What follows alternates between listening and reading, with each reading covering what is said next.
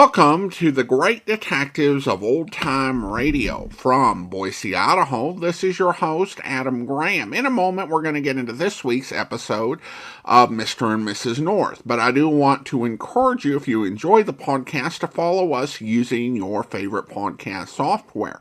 In addition, our listener support campaign continues, and you can become one of our Patreon supporters for as little as $2 per month at patreon.greatdetectives.net. The source I've been looking at for Mr. and Mrs. North episodes has had some confusing issues with episode duplication. And I found an episode that I'd missed we should have played 3 weeks ago on another site. So here from September 5th, 1950 is The $1 Million Murder. Mr. and Mrs. North, starring Alice Frost and Joseph Curtin.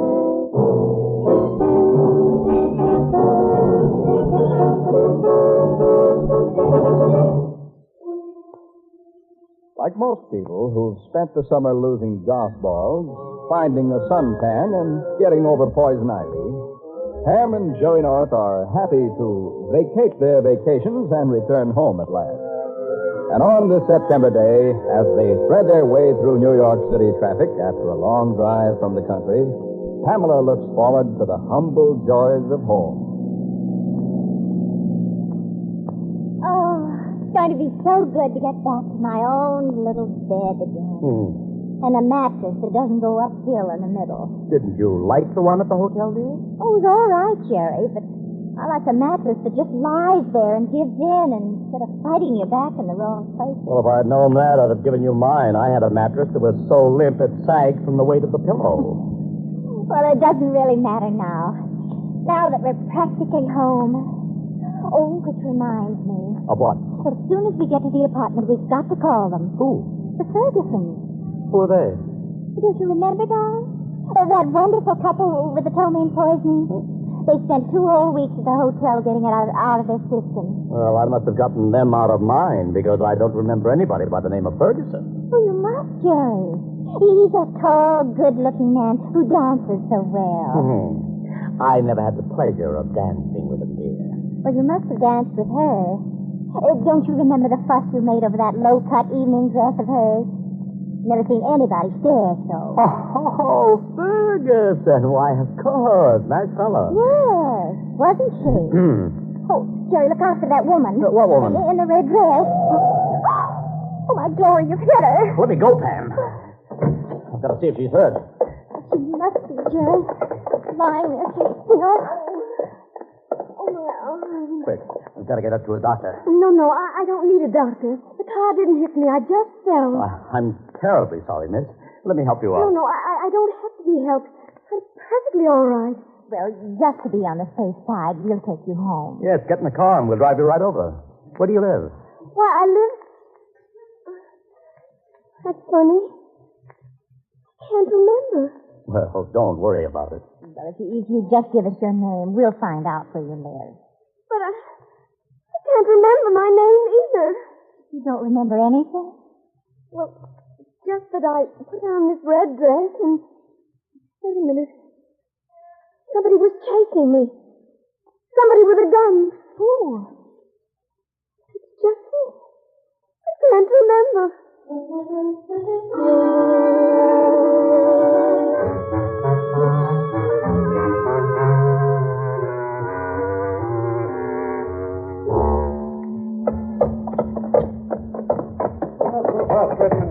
Not so fast. You seem to forget that I'm a man of considerable weight. Well, this exercise doesn't agree with me. Well, it don't agree with me neither, boys. But if you want to keep track of that dame in the red dress, we'd better get a move. I'm moving. Yeah, but you lost me up with that slow walk of yours. Now, I lost the day. Well, find it again. Be quick about it. Gee, that's funny. I could have sworn she come around this corner. And wait a minute, get back. You see her? Yeah. Over there in front of that car, talking to that blonde dame and a guy. Are you sure that's the girl? Well, that's the one we've been following from the hotel. Then keep your eye on her. She's getting into their car. That young lady's worth $1 million to me. Literally $1 million. Is she worth it dead or alive? That all depends on what she does. Quick, get a cab. The car she's in is starting up. Yeah, don't worry. Don't tell me not to worry. Follow that car and make sure that girl doesn't get to Bottomley's office. You just leave it to me, boss boy. That girl won't get nowhere.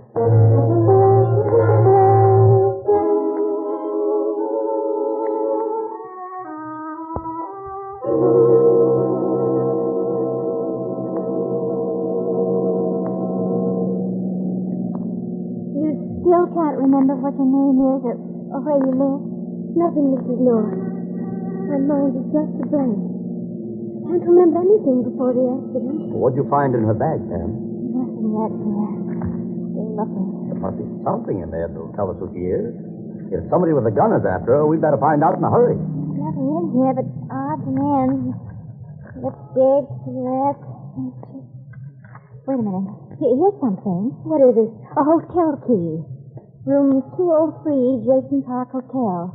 Does it mean anything to you? No. No, I don't think so. Well, we're not going to take any more chances in your life, young lady. As soon as this light changes, we're taking you straight to police headquarters for your own protection. Yes, I think you'd better, Jerry. I've got to see. Golly, where did those shots come from? I don't know, but I'm getting out of here fast.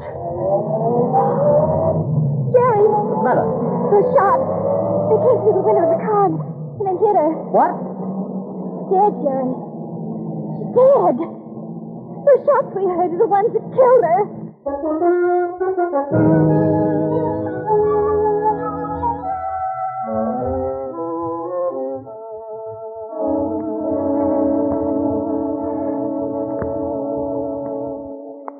All right, Jerry. Now the body's been taken away. You can show me exactly where she was sitting. Well, we've told you, Bill. We were right here in the car waiting for the red light to change. Uh-huh. And the woman was nearest to this window. Then we heard the shot. And if Pam hadn't told me she'd been hit, I wouldn't have known anything had happened. Didn't see who fired the shots, of course. No. And you don't know the woman's name or who was after her? No. The only clue we've got is this hotel key. Uh-huh. Well, hang on to it for a minute until I figure something out. No, let's get over to the Jason Park Hotel and find out what this key means. Pam, will you let me play detective for a minute? The key won't run away. But the man who committed the murder will. Why do we have to stay here? Because I've got some witnesses to question. Now, there are 6 people over there who were on the sidewalk when the shots were fired, and I've got to talk to every one of them. Well, you talk to the witnesses, and we'll go to the Jason Park Hotel. That's right. No, wait a minute. I can't have you running off and getting into trouble. What's the matter, Bill? Are you afraid we'll find the murderer? No. I'm afraid he'll find you. Well, if he does, we'll call the police. No, Pam, come back See here. you at the hotel, Bill. Room 203. Oh, all right. Go ahead and get killed. See if I care. But for Pete's sake, be careful.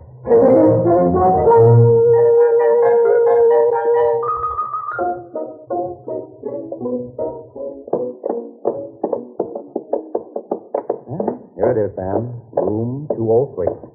Well, what should we do?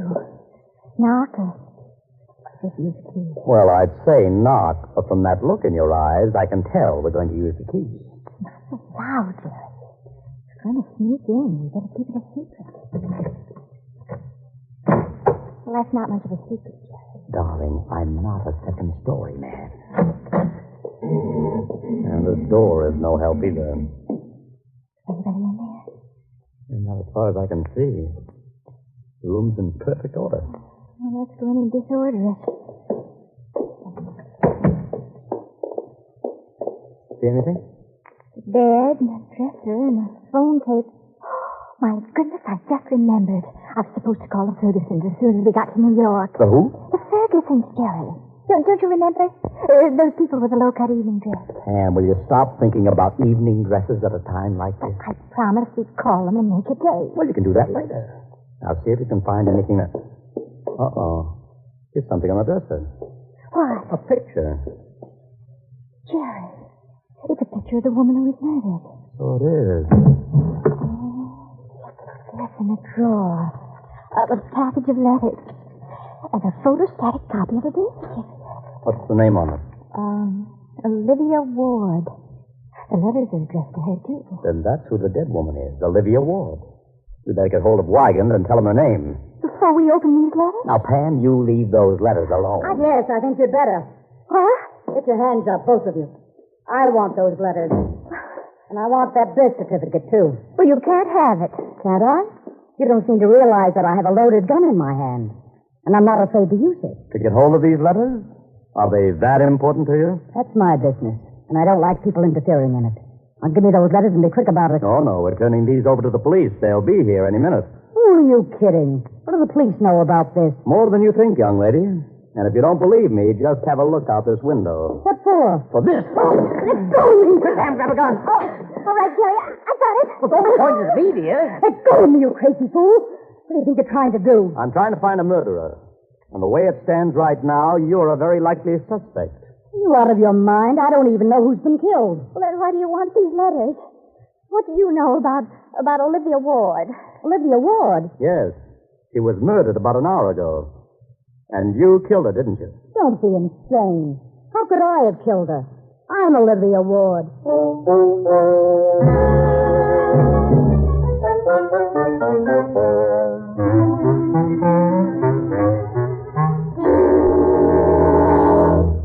Hello, boss. Redmond, why in the world did you come to my apartment?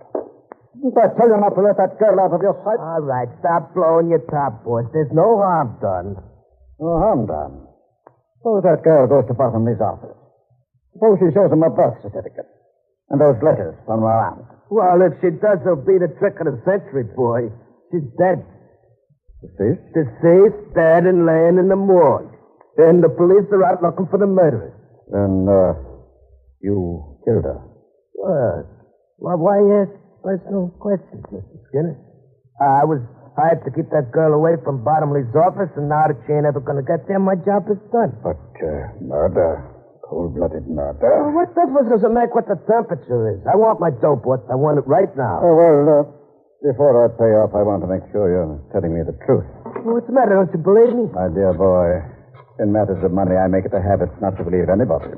Well, what are you going to do? Well, at the hotel, of course, and check on your story. Park Station Hotel. Room 203, please. Yes, sir. Room 203. Hello? Who's this? Well, it's me. Who's that? I'm Miss Olivia Ward's attorney, Mr. Bottomley, and it's of the utmost importance that I see her right away. Do you know where I can find her? Olivia Ward? Yes. Well, just a minute. You see, I told you she was dead, Be quiet, boy. will you? Hello? I wish to speak to Miss Ward, please. Well, this is Miss Ward. What? Is Mr. Bottomley? Yes, but excuse me, I can't talk just now. I'll call you back. Confounded Redmond. You did lie to me. Well, don't be crazy. She's dead. I tell you, I saw her. You didn't see Olivia Ward dead. She was just on the phone. You killed the wrong girl. What? Come with me. I hate to trust you with a plan that requires intelligence, but I haven't any choice. What's the plan? You're going up to Miss Ward's hotel room and tell her you're Mr. Bottomley's chauffeur. What? I'll be waiting downstairs in the car, and if you can get her to come down there, the rest will be easy. Once I get my hands on Olivia Ward, I'll never let go.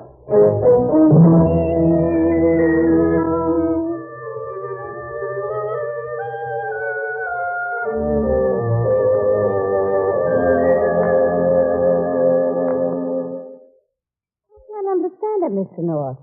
If that was Mr. Bottomley on the phone, why did he act so strange? Maybe he's a strange man. Well, I've never met him, but he's a well-known lawyer. And if there's something wrong, I want to know what it is. Easy now, Miss Ward. As soon as Lieutenant Willigan arrives, we'll get to the bottom of this whole thing. But you don't understand. My life has been threatened. That's why I came in here with a gun. I was afraid I might be killed. You? Why? Because I have a chance of inheriting an enormous fortune.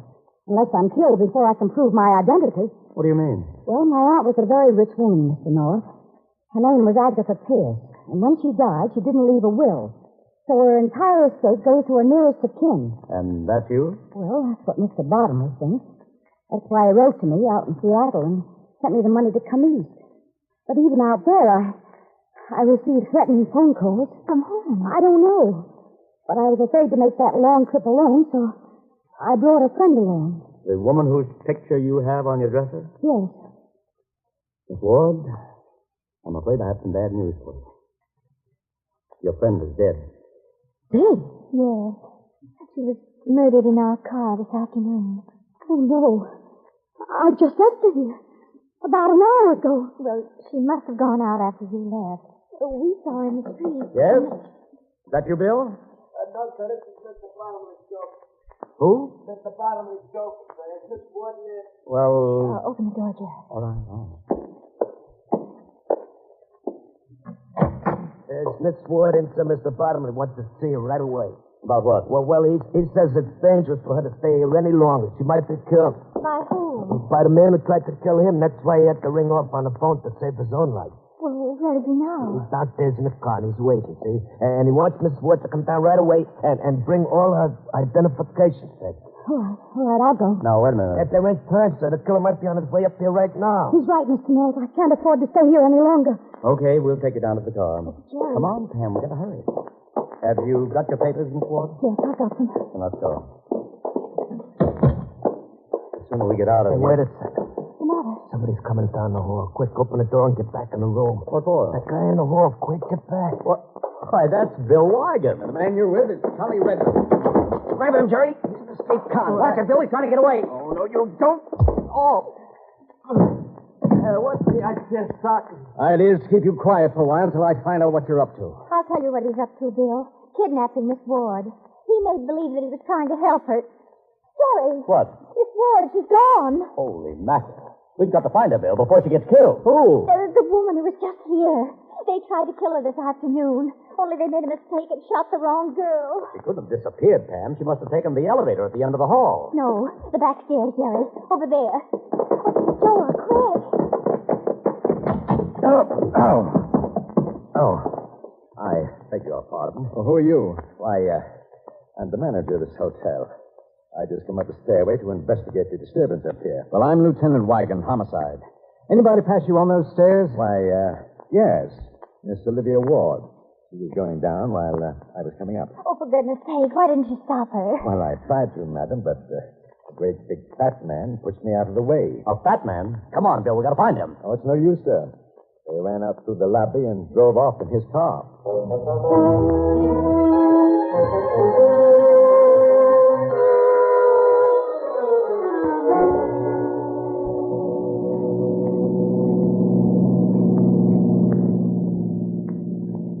Where are you taking me?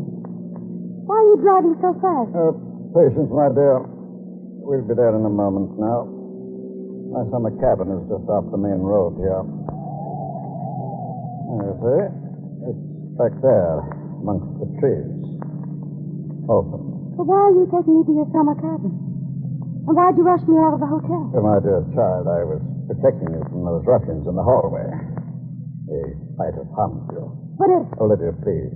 We're here now. And some of your questions are so fatiguing. I'll answer them when we get inside. This way, please. No. I'm not going in. You're not what? Come along, young lady. No time for femininity. I'm not going in, I tell you. No? I shall have to offer you a little inducement. Like this gun. Put that down. I will when you do precisely what I tell you to do. Come on, this way. Be quick about it. Very well. You'll have a lot of explaining to do when we get back to New York, Mr. Bottomley. We're not getting back to New York, my dear. And I hate to disillusion you this late day, but I'm not Mr. Bottomley. I just told you that to keep it quiet on the way. You didn't. I'm afraid I did, Miss Ward. You see, I'm rather an evil man. Oh, no. My name is Skinner. And your dear departed Aunt Agatha Pierce was a third cousin of mine. Were it not for you, I would be the uncontested next of kin. And the heir to a considerable fortune. Oh, that's the way it stands. In a word, yes. Now, get inside. I have a great deal to talk to you about. Haven't you said enough? Not quite. I brought you here because deep down in the fatty folds of my heart I have a spark of generosity. I'm willing to let you live. Live? On one condition. To furnish me with the proof of your identity, accept $20,000 in cash, and vanish from the face of this earth forever. You gave up the million that belongs to me? Don't be greedy, Miss Ford. Look what greed has done to me. A delicate creature like yourself would be unpalatable. I won't do it. You won't give up $1 million for your own life? No. You wouldn't kill me anyway. Wouldn't I? One girl has died already for that $1 million. Your death can be taken in stride. Let me go. What's your answer, Miss Ford? You do as I tell you? No, I won't. And you shall have to suffer the consequences. Let me go. Let me go. Why, you miserable little wretch. By instinct, I'm not a violent man. No. But through the years, I've learned to overcome my gentle nature. No. No. No. Look.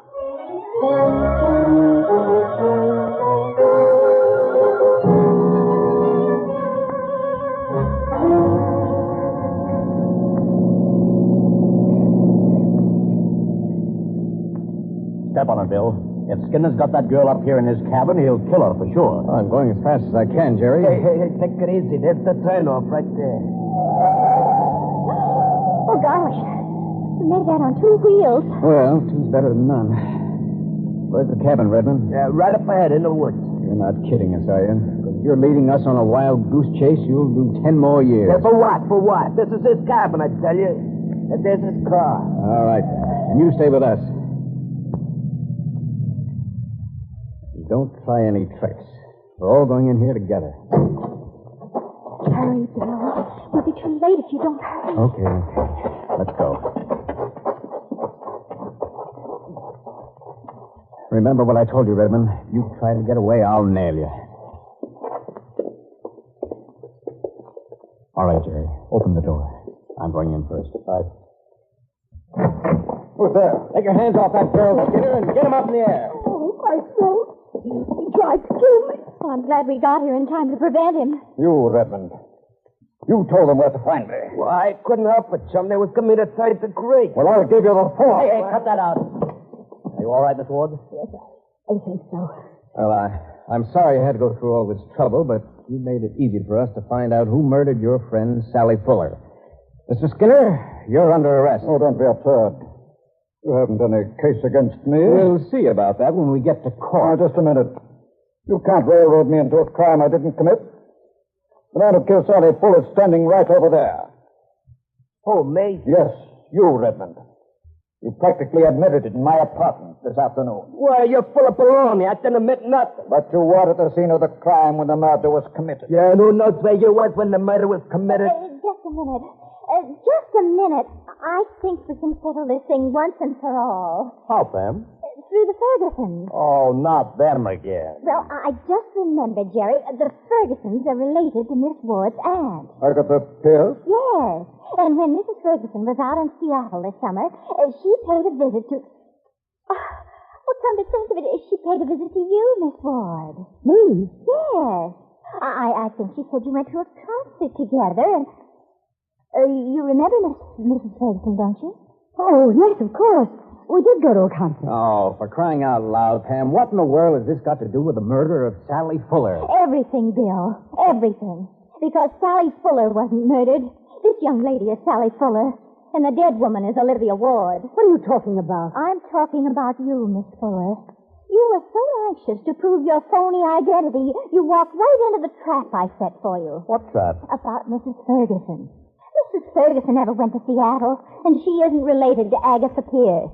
Oh, you dirty little skunk. I'm so sorry, Miss Fuller, but I had to find out what your game was. And now I know. You killed Olivia Ward so you could take her identification papers and impersonate her for $1 million inheritance. That's a lie. Is it? The real Olivia Ward would have known that Mrs. Ferguson never took her to a concert this summer. And the real Olivia Ward would have denied it. But you couldn't afford to, because you were afraid it might reveal you as a faker. Bill, grab her. No! Let me go! Let me go! I'll let you go, all right. But where you're going, you'll never inherit $1 million.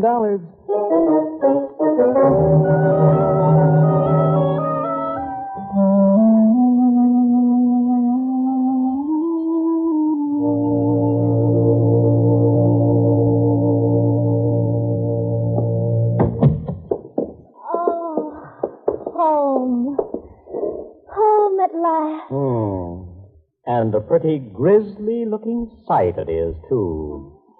Pamela, dear, did you forget to have the cleaning woman come here during our vacation? Yes. Mm-hmm. And did you forget to cut off the newspapers and the milk and the electricity? Yes. You forgot to defrost the refrigerator, too, dear. Looks like the Arctic Ocean in here. Oh, but it's home, Jerry.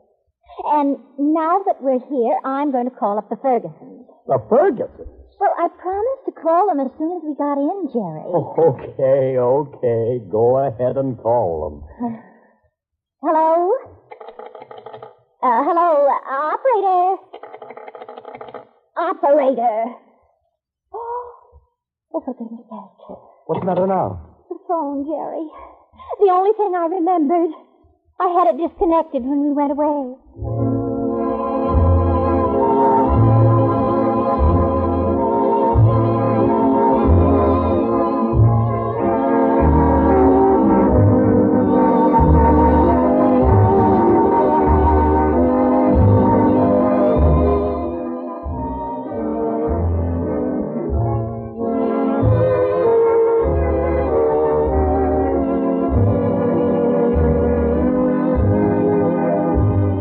Next week, more adventure of Mr. and Mrs. North, starring Alice Frost and Joseph Curtin. This is the United States Armed Forces Radio Service.